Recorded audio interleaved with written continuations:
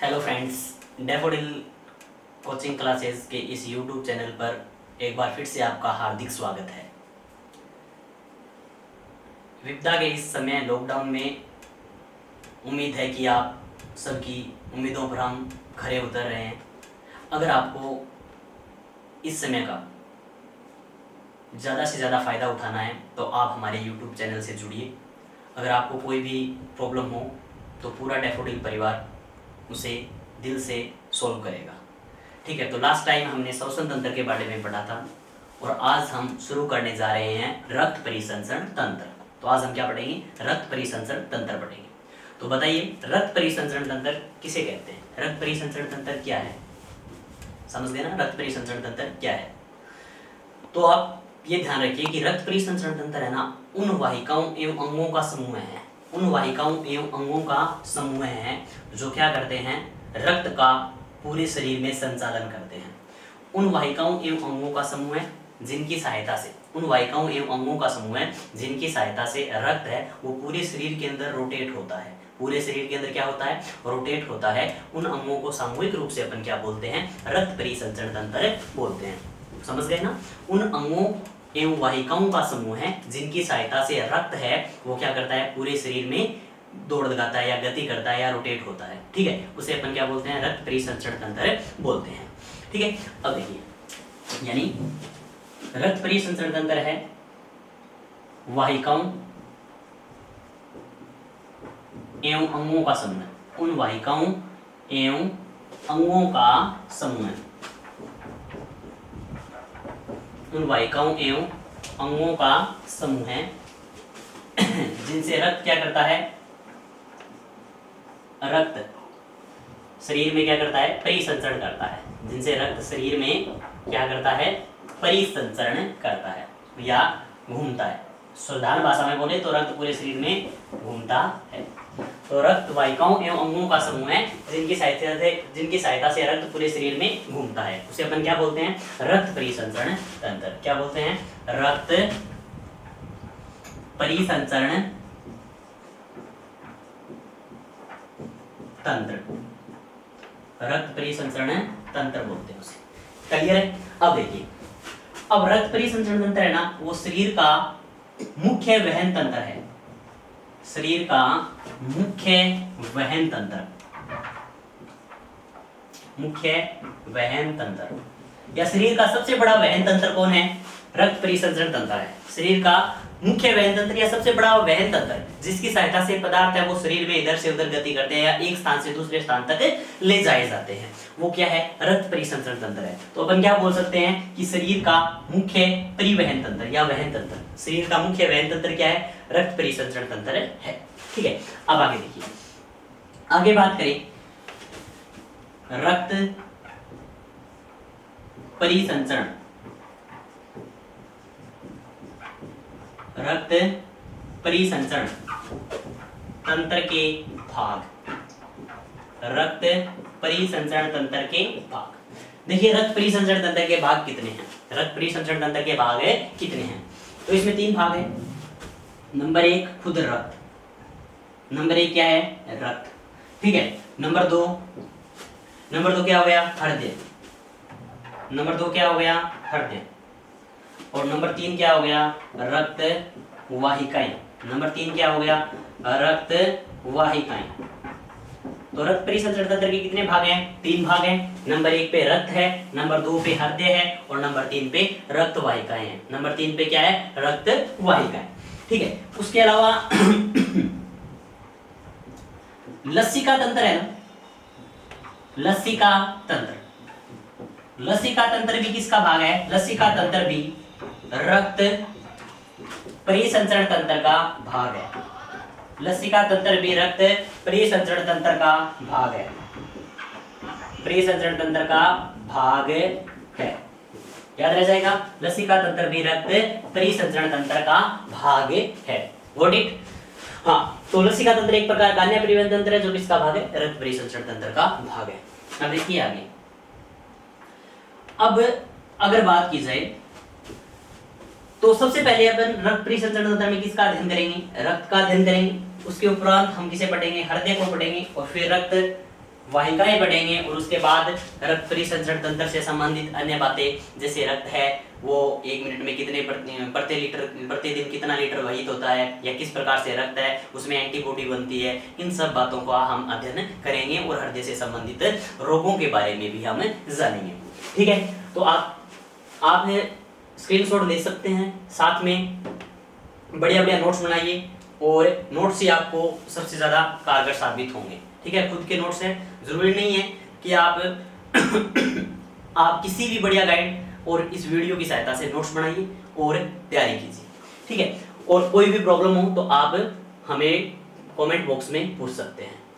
तो हमने क्या पढ़ा, वाहिकाओं एवं अंगों का समूह है जिससे रक्त क्या करता है, पूरे शरीर में घूमता है, उसे अपन रक्त परिसंचरण तंत्र कहते हैं। और रक्त परिसंचरण तंत्र है वो शरीर का मुख्य वहन तंत्र है।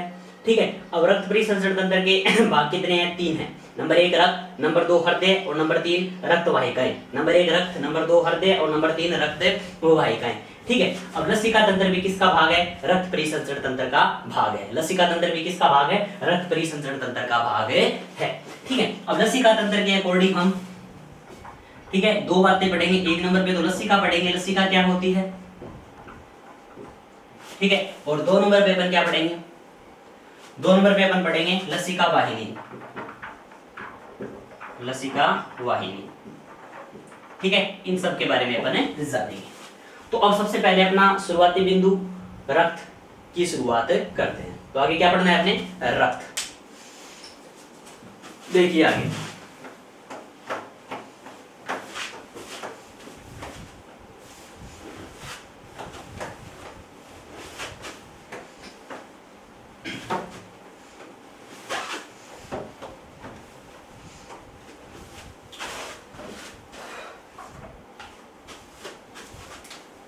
एक नंबर पॉइंट है अपना रक्त।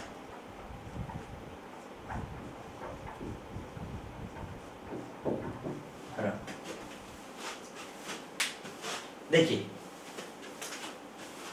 सबसे पहले छोटी सी बात, रक्त का अध्ययन, रक्त का अध्ययन क्या कहलाता है, रक्त का अध्ययन क्या कहलाता है, हिमेटोलॉजी कहलाता है। रक्त का अध्ययन क्या कहलाता है, हिमेटोलॉजी। याद रह जाएगा ना, रक्त का अध्ययन क्या कहलाता है, हिमेटोलॉजी कहलाता है। ठीक है, रक्त का अध्ययन हिमेटोलॉजी कहलाता है। अब आगे बात की जाए, हिमेटोलॉजी का जनक, हिमेटोलॉजी का जनक। अब आगे बात की जाए हिमेटोलॉजी का जनक। हिमेटोलॉजी का जनक कौन है, हिमेटोलॉजी का जनक कौन है, विलियम ह्यूसोम। कौन है, विलियम ह्यूसोम, विलियम ह्यूसोम।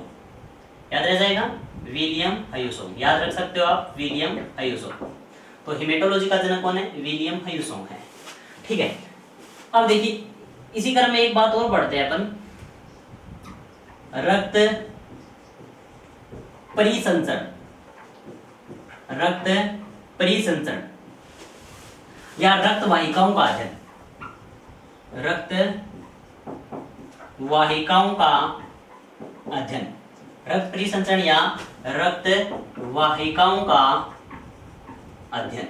ध्यान देना, या तो रक्त परिसंचरण बोल दे या रक्त वाहिकाओं का अध्ययन। रक्त वाहिकाओं का अध्ययन क्या कहलाता है, एंजियोलॉजी कहलाता है। क्या कहलाता है, एंजियोलॉजी। याद रह जाएगा ना, एंजियोलॉजी कहलाता है। नॉर्मल सी बात है, एंजियोलॉजी कहलाता है। ठीक है, तो रक्त वाहिकाओं का अध्ययन क्या कहलाता है, एंजियोलॉजी। क्या कहलाता है, एंजियोलॉजी। याद रहेगा। अब देखिए, अब आगे बात की जाए एंजियोलॉजी के जनक, एंजियोलॉजी के जनक, एंजियोलॉजी के जनक बताइए। तो एंजियोलॉजी के जनक कौन है, एंजियोलॉजी के जनक कौन है, who is the father of angiology, who is the father of angiology. तो एंजियोलॉजी के जनक है विलियम हार्वे। कौन है, William Harvey, William Harvey. Angiology के जनक कौन है, विलियम हार्वे है। कौन है, विलियम हार्वे। या आपसे सीधा पूछ लिया जाए, रक्त परिसंचरण, रक्त परिसंचरण के खोजकर्ता, रक्त परिसंचरण के खोजकर्ता। तो रक्त परिसंचरण के खोजकर्ता भी किसे बोला जाएगा? विलियम हार्वे को बोला जाएगा। किसे बोला जाएगा? विलियम हार्वे को। इस प्रकार से ये छोटी छोटी बातें हैं जो कई बार पूछ ली जाती है, ठीक है। तो रक्त परिसंचरण के खोजकर्ता कौन है? विलियम हार्वे हैं। और एंजियोलॉजी के जनक भी कौन है? विलियम हार्वे हैं। और रक्त परिसंचरण या रक्त वाहिकाओं का अध्ययन क्या कहलाता है? एंजियोलॉजी कहलाता है। और रक्त का अध्ययन हिमेटोलॉजी कहलाता है। और हिमेटोलॉजी के जनक कौन है? विलियम ह्यूसोंग है। हिमेटोलॉजी के जनक कौन है? विलियम ह्यूसोंग है। याद रहेगा ना? अब आगे देखिए, इसी प्रकार एक दो खोजकर्ता और हैं जो आपको पता होगा। एक तो आरएच कारक के खोजकर्ता, साथ में ध्यान रख लो, ये दो तीन वैज्ञानिक है जो अक्सर पूछे जाते हैं। आरएच कारक के खोजकर्ता, बाकी हम जैसे जैसे टॉपिक आएगा वैसे वैसे पढ़ते रहेंगे। आरएच कारक के खोजकर्ता कौन है? Karl Landsteiner. कौन है? कार्ल लैंडस्टीनर तथा विनर। कौन है? कार्ल लैंडस्टीनर तथा विनर। हाँ, तो आरएच कारक के खोजकर्ता कौन है? कार्ल लैंडस्टीनर तथा विनर। ठीक है, अब आगे बात की जाए, ठीक है, रक्त समूहों के खोजकर्ता। रक्त समूहों के खोजकर्ता, तो रक्त समूहों के खोजकर्ता कौन है? रक्त समूहों के खोजकर्ता कौन है? कार्ल लैंडस्टीनर है। रक्त समूहों के खोजकर्ता कौन है? Karl Landsteiner. कौन है? Karl Landsteiner. ठीक है, तो रक्त समूहों के खोजकर्ता कौन है? कार्ल लैंडस्टीनर है। याद रहेगा? Got it? हाँ, तो ये छोटी छोटे कुछ वैज्ञानिक है जो रक्त से संबंधित हैं और जो अक्सर रक्त के साथ पूछे जाते हैं। एक बार दोबारा दोहराइए, रक्त का अध्ययन हिमेटोलॉजी कहलाता है। हिमेटोलॉजी का जनक विलियम ह्यूसोंग है। और रक्त परिसंचरण या रक्त वाहिकाओं का अध्ययन एंजियोलॉजी कहलाता है। और एंजियोलॉजी के जनक विलियम हार्वे है। एंजियोलॉजी के जनक कौन है? William Harvey.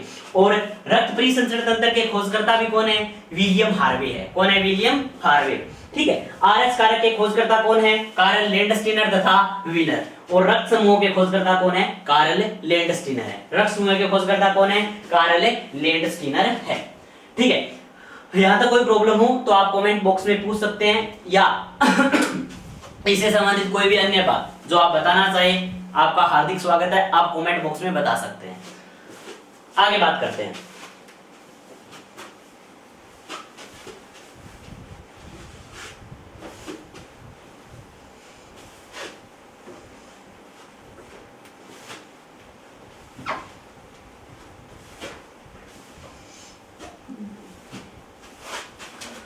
हाँ, रक्त। रक्त क्या है? रक्त क्या है? एक अंग है, एक उत्तक है, एक कोशिका है। इस प्रकार से कई बार पूछा जाए। तो रक्त क्या है? एक प्रकार का उत्तक है। रक्त एक प्रकार का क्या है? उत्तक, टिश्यू है रक्त, जो आरबीसी, डब्ल्यूबीसी और प्लेटलेट से मिलकर बनता है। जो आरबीसी, डब्ल्यूबीसी और प्लेटलेट से मिलकर बनता है। अब बताइए, क्या रक्त शरीर के सभी अंगों को जोड़ने का कार्य करता है या नहीं करता? शरीर के सभी अंगों को आपस में जोड़े कौन रखता है? रक्त रखता है। शरीर के सभी अंगों को आपस में कौन जोड़े रखता है? रक्त जोड़े रखता है। तो रक्त एक प्रकार का क्या है? संयोजी उत्तक है। रक्त एक प्रकार का क्या है? संयोजी उत्तक है। रक्त एक प्रकार का क्या है? संयोजी उत्तक। समझ गए? अब बताइए, क्या रक्त है वो तरल अवस्था में पाया जाता है क्या? क्या रक्त तरल अवस्था में पाया जाता है ना? तो अपन ये बोल सकते हैं कि रक्त है वो एक तरल संयोजी उत्तक है। रक्त है वो क्या है? एक तरल संयोजी उत्तक। रक्त क्या है? एक तरल संयोजी उत्तक है। ध्यान में रह जाएगा ना? रक्त एक प्रकार का क्या है? तरल संयोजी उत्तक है। अब देखिए आगे, रक्त का रंग कैसा होता है? छोटी सी बात है, रक्त का रंग कैसा होता है? लाल होता है। रक्त का रंग कैसा होता है? लाल होता है। अब इस लाल रंग का कारण कौन है? लाल रंग का कारण, इस लाल रंग का कारण कौन है?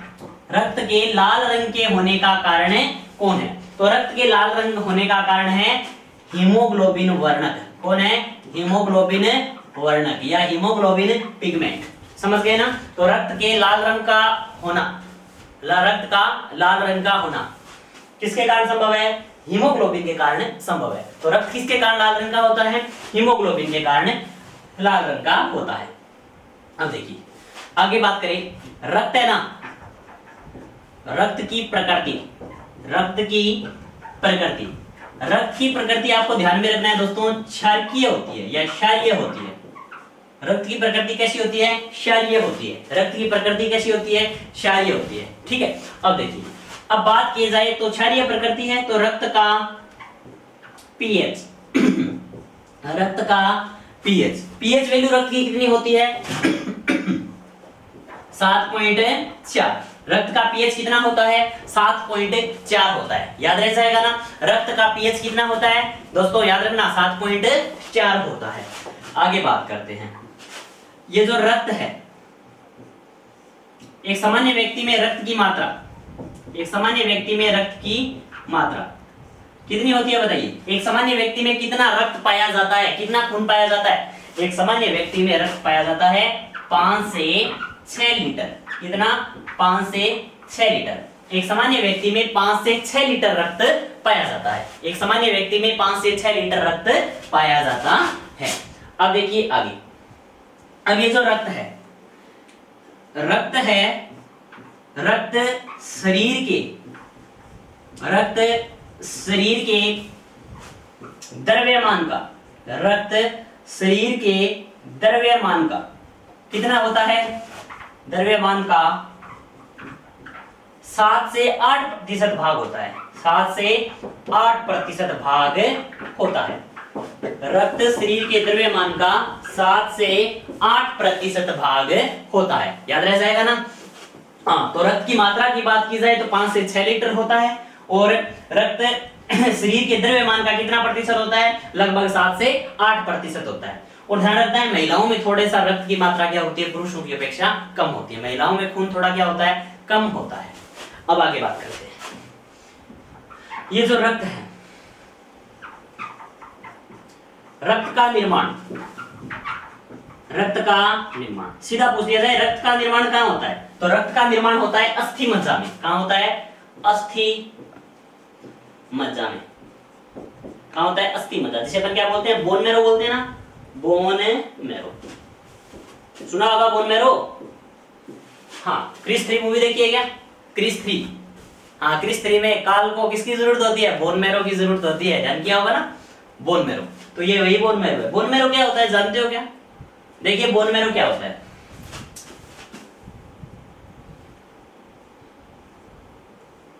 ये इस प्रकार से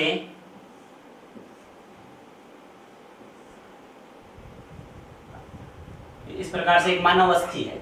ये इस प्रकार से क्या है? एक मानव की अस्थि है। समझ गए? अब देखिए, ये अस्थि है ना, इस अस्थि का ये जो मध्य भाग है ना, ये खोखला होता है। ये अस्थि का जो मध्य भाग है ये क्या होता है? खोखला होता है। अब इस खोखले भाग को मज्जा गुहा बोलते हैं। इस खोखले भाग को क्या बोलते हैं? मज्जा गुहा। इस खोखले भाग को क्या बोलते हैं? मज्जा गुहा बोलते हैं। याद रह जाएगा ना?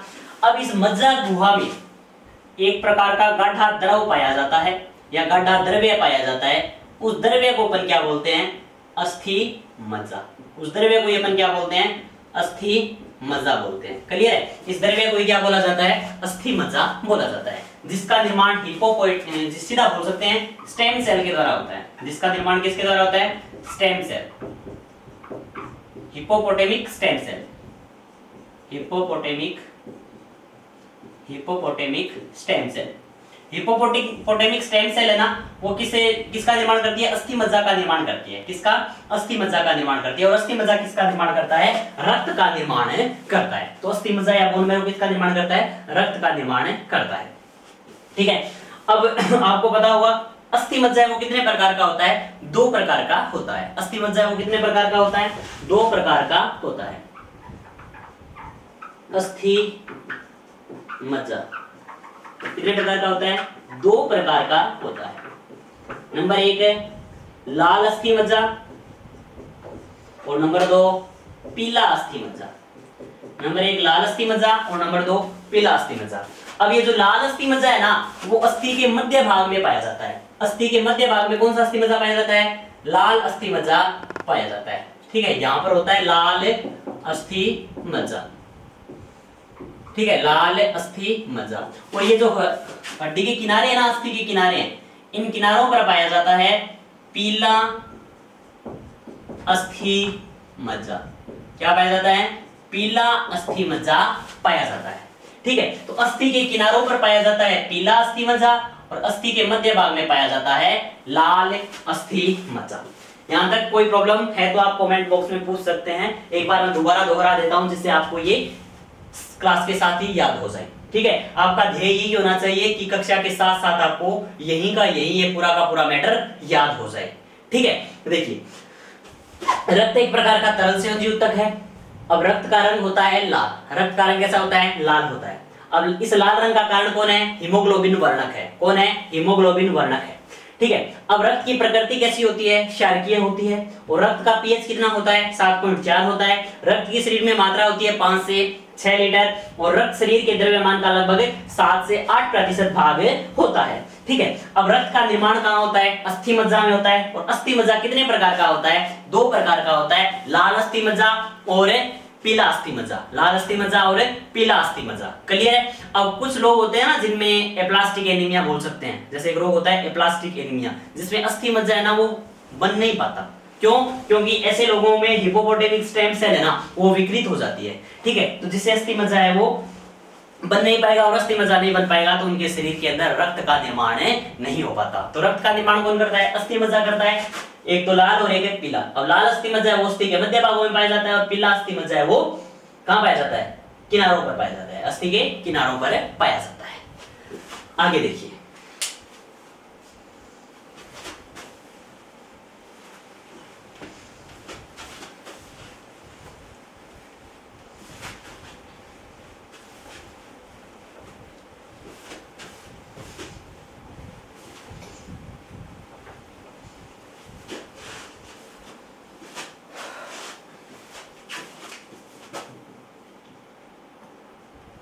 रक्त के भाग।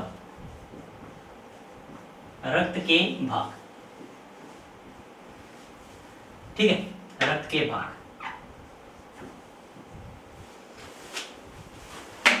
देखिए रक्त के ना मुख्य रूप से 2 भाग होते हैं।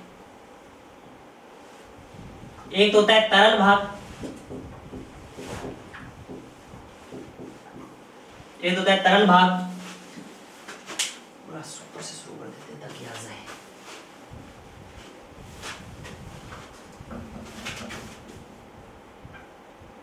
रक्त इसके भाग कितने होते हैं? 2। ठीक, कितने भाग होते हैं? 2 भाग होते हैं। एक तो होगा तरल भाग और दूसरा होगा ठोस भाग।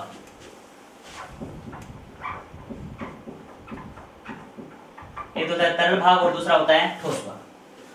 अब जो तरल भाग है ना, जो रक्त का तरल भाग है वो होता है प्लाज्मा।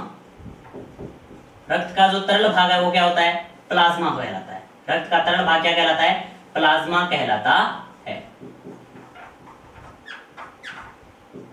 तो रक्त का तरल भाग क्या हो गया? प्लाज्मा हो गया। ठीक है, और ये जो प्लाज्मा भाग है ना ये निर्जीव भाग होता है। याद रह जाएगा ना, ये प्लाज्मा भाग है वो क्या होता है? निर्जीव भाग होता है। प्लाज्मा भाग है वो क्या होता है? निर्जीव भाग होता है। और ठोस भाग है वो होती है रक्त कोशिकाएं। ठोस भाग है वो क्या होती है? रक्त कोशिकाएं। रक्त कोशिकाएं। रक्त कोशिकाएं। अब रक्त कोशिकाएं है ना वो रक्त का सजीव भाग होती है। रक्त का सजीव भाग। रक्त कोशिकाएं हैं वो रक्त का सजीव भाग होती है।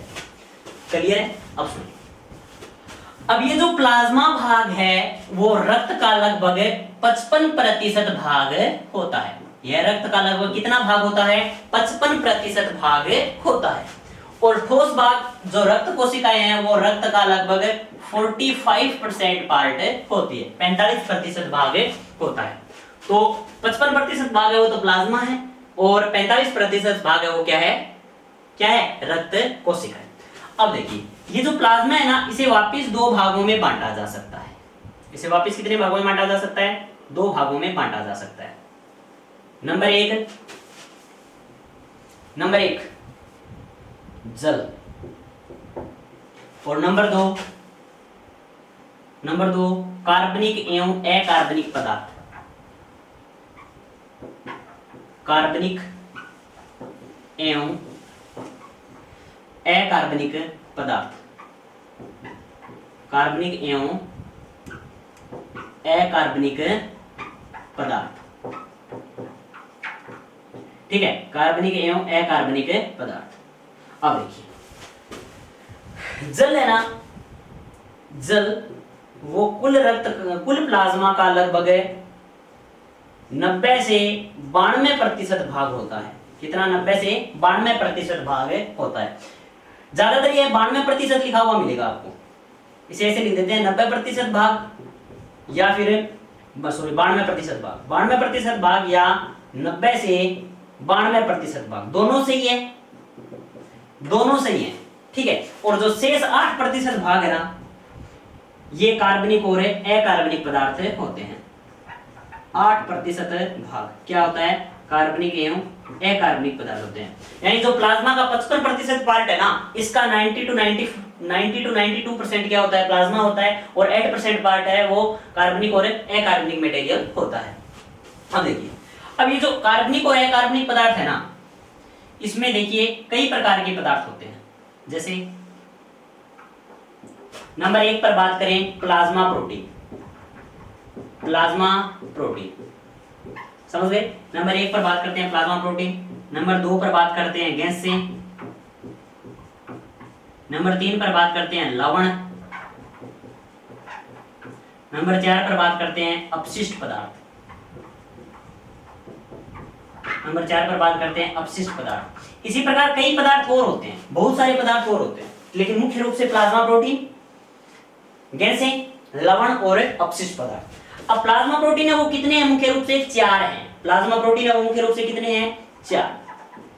नंबर 1, नंबर 2, नंबर 3 और नंबर 4। हाँ देखिए, नंबर 1 है एल्बुमिन, नंबर 2 है ग्लोबुलिन, नंबर 2 है ग्लोबुलिन, नंबर 3 है फाइब्रिनोजन, नंबर 3 है फाइब्रिनोजन, और नंबर 4 है प्रोथ्रोम्बिन। नंबर 4 क्या है? प्रोथ्रोम्बिन। एल्बुमिन, ग्लोबुलिन, फाइब्रिनोजन और प्रोथ्रोम्बिन। एल्बुमिन, ग्लोबुलिन, फाइब्रिनोजन और प्रोथ्रोम्बिन। अब 2 नंबर पेपर ने क्या पढ़ी? गैस से। 2 नंबर पेपर ने क्या पढ़ी? गैस से, ठीक है। अब गैसों में मैं मुख्य रूप से जिक्र कर देता हूं किसका? CO2, O2, O2 और CO2। ऑक्सीजन और कार्बन डाइऑक्साइड है वो मुख्य रूप से होते हैं, ठीक है। फिर आगे बात करते हैं अपन लवण। लवण है वो मुख्य रूप से सोडियम व पोटेशियम के लवण होते हैं। सोडियम व पोटेशियम के लवण होते हैं। सोडियम व पोटेशियम के लवण होते हैं। अब ये सोडियम और पोटेशियम के लवण है ना, इसमें मुख्य रूप से NaCl, NaHCO3 आदि पाए जाते हैं। NaCl, NaHCO3 आदि पाए जाते हैं। फिर उसके बाद है आयन। उसके बाद अपन बात कर लेते हैं आयन। आयन है वो सोडियम और पोटेशियम आयन होंगे, Na+, K+, Cl-, HCO3-, ये आयन होंगे। उसके बाद है अपशिष्ट पदार्थ। क्या है? अपशिष्ट पदार्थ। अब ये जो अपशिष्ट पदार्थ है ना, इसमें मुख्य रूप से CO2, यूरिया,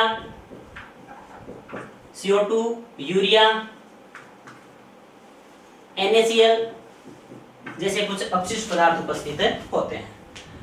तो ये किसके बारे में था? प्लाज्मा के बारे में था।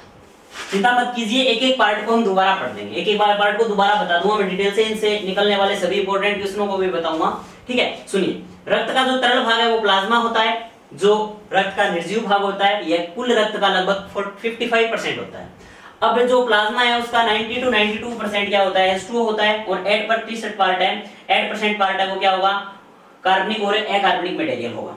अब देखिए, अभी जो कार्बनिक और अकार्बनिक मटेरियल है इसमें मुख्य रूप से प्लाज्मा प्रोटीन, कुछ गैसें होती हैं, कुछ लवण होते हैं, कुछ अपशिष्ट पदार्थ होते हैं, कुछ आयन होते हैं, और कुछ अन्य पदार्थ भी पाए जाते हैं, जिनमें से मुख्य पदार्थों की हम बात करेंगे, ठीक है। प्लाज्मा प्रोटीन कितने हैं? 4। एल्बुमिन, ग्लोबुलिन, प्रोथ्रोम्बिन और फाइब्रिनोजन। एल्बुमिन, ग्लोबुलिन, फाइब्रिनोजन और प्रोथ्रोम्बिन। इनके बारे में हम अपन डिटेल से पढ़ेंगे, चिंता नहीं करनी है आपको, इनके बारे में अपन डिटेल से पढ़ेंगे। ठीक है, एल्बुमिन, ग्लोबुलिन, फाइब्रिनोजन और प्रोथ्रोम्बिन। गैसें मुख्य रूप से कार्बन डाइऑक्साइड और ऑक्सीजन गैस पाई जाती है। लवण सोडियम व पोटेशियम के लवण होते हैं। सोडियम व पोटेशियम के लवण जैसे NaCl बोल सकते हैं अपन, NaCl, NaHCO3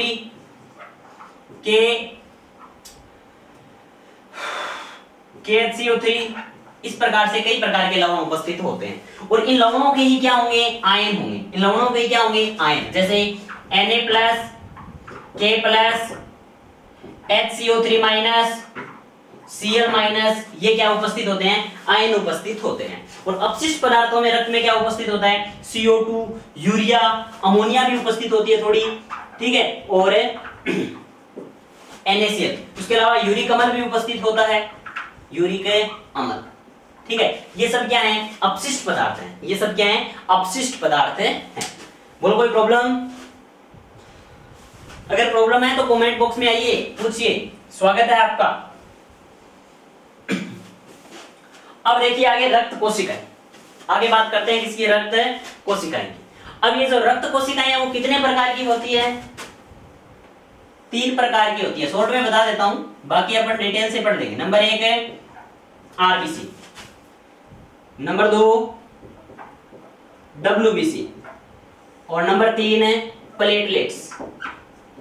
आरबीसी, डब्ल्यूबीसी और प्लेटलेट्स, आरबीसी, डब्ल्यूबीसी और प्लेटलेट्स। अब ये डब्ल्यूबीसी है ना वो कई प्रकार की होती है। डब्ल्यूबीसी है ना वो कई प्रकार की होती है। देखिए कौन कौन से, इसे 2 भागों में बांटा गया है। नंबर 1 है ग्रेन्युलोसाइट, ग्रेन्युलोसाइट, और नंबर 2 ए ग्रेन्युलोसाइट, ए ग्रेन्युलोसाइट, ग्रेन्युलोसाइट और ए ग्रेन्युलोसाइट, ठीक है। अब ये ग्रेन्युलोसाइट है ना, इसे वापिस 3 भागों में बांटा गया है। इसे वापिस कितने भागों में बांटा गया है, 3 भागों में बांटा गया है। ग्रेन्युलोसाइट को वापिस कितने भागों में बांटा गया है, 3 भागों में बांटा गया है। कौन कौन सी, न्यूट्रोफिल्स, बोर तो नहीं हो रहे ना, न्यूट्रोफिल्स, अरे फिक्र मत करो बिल्कुल भी, इन्हें हम दोबारा डिटेल से पढ़ेंगे, याद हो जाएगा। फिलहाल मैं आपको ये बता रहा हूँ रक्त में हमें क्या क्या पढ़ना है, कितना कितना पढ़ना है। रक्त कोई छोटा सा पॉइंट नहीं है, एक नाम छोटा सा है, लेकिन इसके सभी भागों को हम डिटेल से पढ़ेंगे, ठीक है। फिलहाल मैं आपको ये बता रहा हूँ रक्त के अंदर हमें क्या क्या पढ़ना है, ठीक है। और रक्त से संबंधित सभी इंपॉर्टेंट क्वेश्चन मैं आपको उपलब्ध करवा दूंगा पीडीएफ के रूप में, जो आपको डिस्क्रिप्शन में मिल जाएगी, ठीक है। तो आप बने रहिए हमारे साथ। हाँ, तो डब्ल्यूबीसी वो 2 प्रकार की होती है, ग्रेन्युलोसाइट और ए ग्रेन्युलोसाइट, ठीक है, न्यूट्रोफिल्स। अब ये जो न्यूट्रोफिल्स है, दूसरी होती है इओसिनोफिल्स, इओसिनोफिल्स, और नंबर 3 होती है बेसोफिल्स। नंबर 3 क्या है, बेसोफिल्स। नंबर 3 क्या है, बेसोफिल्स, न्यूट्रोफिल्स, इओसिनोफिल्स और बेसोफिल्स। अब बात की जाए ए ग्रेन्युलोसाइट की। अब बात किसकी की जाए, ए ग्रेन्युलोसाइट की। ए ग्रेन्युलोसाइट है वो कितने प्रकार की होती है, बताइए, 2 प्रकार की होती है। ए ग्रेन्युलोसाइट है वो कितने प्रकार की होती है, 2 प्रकार की होती है। नीचे ले आता हूं इसे। ए ग्रेन्युलोसाइट है वो कितने प्रकार की होती है, 2 प्रकार की होती है। नंबर 1 लिम्फोसाइट और नंबर 2 मोनोसाइट। लिम्फोसाइट और नंबर 2 मोनोसाइट, मोनोसाइट, लिम्फोसाइट और मोनोसाइट। डब्ल्यूबीसी है वो 2 प्रकार की होती है, ग्रेन्युलोसाइट और ए ग्रेन्युलोसाइट। ग्रेन्युलोसाइट है वो वापिस 3 प्रकार की होती है, न्यूट्रोफिल्स, इओसिनोफिल्स और बेसोफिल्स। न्यूट्रोफिल्स, इओसिनोफिल्स और बेसोफिल्स। और ए ग्रेन्युलोसाइट है वो वापिस 2 प्रकार की होती है, लिम्फोसाइट और मोनोसाइट, लिम्फोसाइट और मोनोसाइट। अब ये जो लिम्फोसाइट है ना ये वापिस 3 प्रकार की होती है। अब कुछ लोग बोलेंगे कि ज्यादा हो रहा है, ठीक है, ये क्लासिफिकेशन है, घबराइए मत, हम रक्त कोशिकाओं को पढ़ेंगे उस समय दोबारा पढ़ लेंगे, ठीक है। तो डरने की जरूरत नहीं है। जो आर्टिस्ट हैं वो अक्सर डर जाते हैं ऐसे अजीबोगरीब नाम देखकर। ये अजीबोगरीब नहीं है, नॉर्मल याद हो जाएंगे, ठीक है ना। हाँ, जैसे हम साइंस वालों को क्या लगता है, अकबर बाबर बड़े मुश्किल से याद होते हैं, ठीक है, अकबर बाबर, वो युद्ध, कौन सा युद्ध, पता नहीं कौन सा युद्ध, ठीक है। इसी प्रकार से जो आर्टिस्ट है उन्हें ये नाम थोड़े डिफिकल्ट लगते हैं, बिल्कुल लगता है कि वो पढ़े नहीं है ना, लेकिन प्रैक्टिस से धीरे धीरे याद हो जाएंगे। हाँ, लिम्फोसाइट है वो 3 प्रकार की होती है, बी लिम्फोसाइट, टी लिम्फोसाइट और प्राकृतिक मारक कोशिका। प्राकृतिक मारक कोशिका, बी लिम्फोसाइट, टी लिम्फोसाइट और प्राकृतिक मारक कोशिका। ठीक है। हाँ, और ये जो मोनोसाइट है ना वो विकसित होकर किस में बदल जाती है, महाभक्षक कोशिका या मैक्रोफेज कोशिका में। मैक्रोफेज कोशिका, मैक्रोफेज कोशिका। तो ये था रक्त का क्लासिफिकेशन। रक्त के कितने भाग होते हैं, रक्त के कितने भाग होते हैं। कुछ लोग तो दांतों के नीचे उंगलियां दबा रहे हैं कि इतना कैसे याद होगा। देखो भाई, नौकरी चाहिए ना तो थोड़ा तो मेहनत करना पड़ेगा ना मेहनत कीजिए, याद हो जाएंगे। फिक्र करने की जरूरत नहीं है, फिक्र करने की जरूरत नहीं है। वो बोलते हैं ना, बिना रोए तो माँ भी दूध नहीं पिलाती। ठीक है, तो बिना कठिन परिश्रम के आपको जॉब कैसे मिल सकती है। जॉब के सपने सभी देख रहे हैं, मैं देख रहा हूं, आप देख रहे हो, सब जॉब के सपने देख रहे हैं, लेकिन जॉब उसी को मिलेगी जिसने क्या की हो, पर्याप्त मेहनत की हो। तो आपको जरूरत है पर्याप्त मेहनत करने की, एक सही डायरेक्शन में मेहनत करने की। ठीक है, हाँ, मेहनत सब करते हैं, जैसे किसान खेत में मेहनत करता है उस प्रकार से आपको मेहनत नहीं करनी है। आपको मेहनत अपने हिसाब से करनी होगी। आपके ध्यान में होना चाहिए आपका सिलेबस क्या है, आपको पढ़ना क्या है, आपको कितना पढ़ना है। आपको ज्ञानी नहीं बनना है, आपको अपना काम निकालना है। तो अपने सिलेबस के अकॉर्डिंग पढ़िए और मैं गारंटी लेता हूं आपका सिलेक्शन पक्का होगा। ठीक है, देखिए, रक्त के 2 भाग है, नंबर 1 तरल भाग और नंबर 2 ठोस भाग। तरल भाग है वो प्लाज्मा है, जो रक्त का निर्जीव भाग है। ठीक है, यह लगभग रक्त का 55% भाग होता है।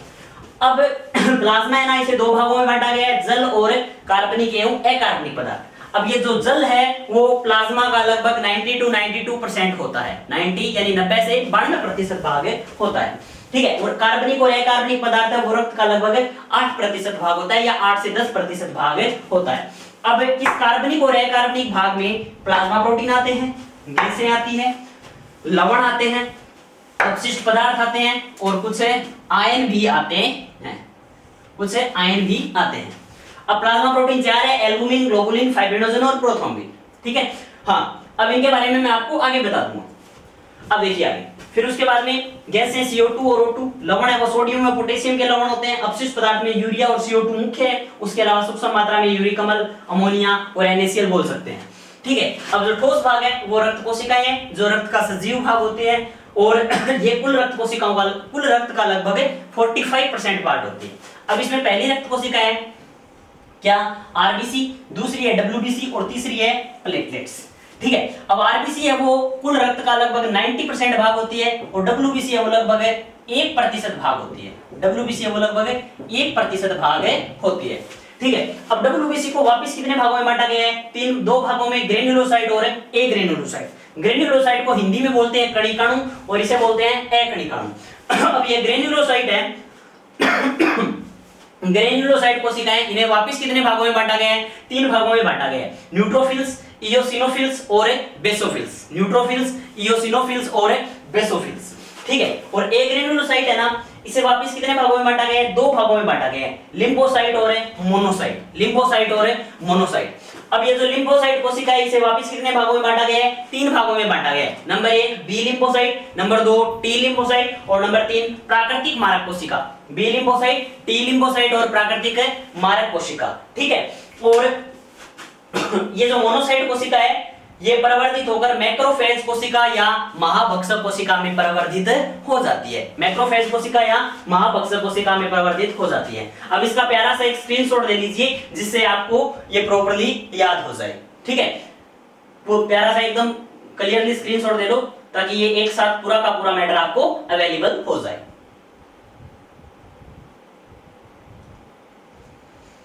हाँ, तो इस वीडियो में हमने क्या पढ़ा था, इस वीडियो में हमने पढ़ा रक्त परिसंचरण तंत्र के भाग और रक्त के भाग।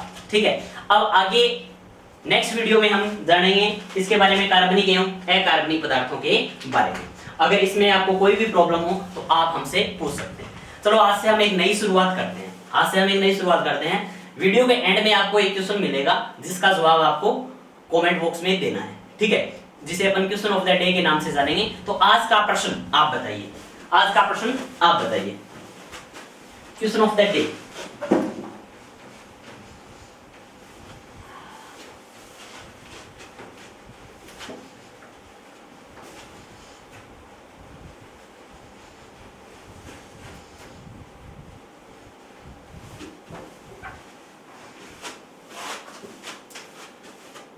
आज का प्रश्न है श्वसन तंत्र से संबंधित। एकशेरुकीय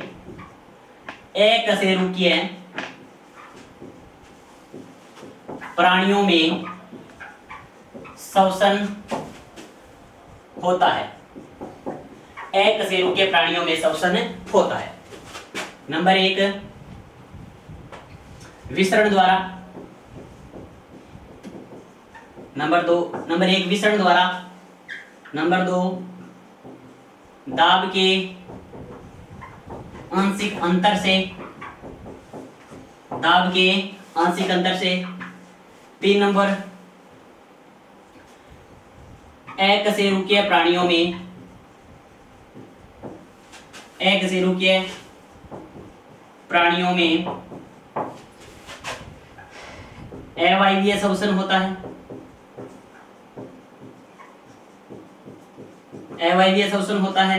और 4 नंबर पे बात कर सकते हैं NOT, निम्न में से कोई नहीं, none of these above, none of these above. इसका जवाब आप कमेंट बॉक्स में देना है आपको, ठीक है। बाकी इसके बारे में अपन कल बात करेंगे, तब तक के लिए थैंक यू।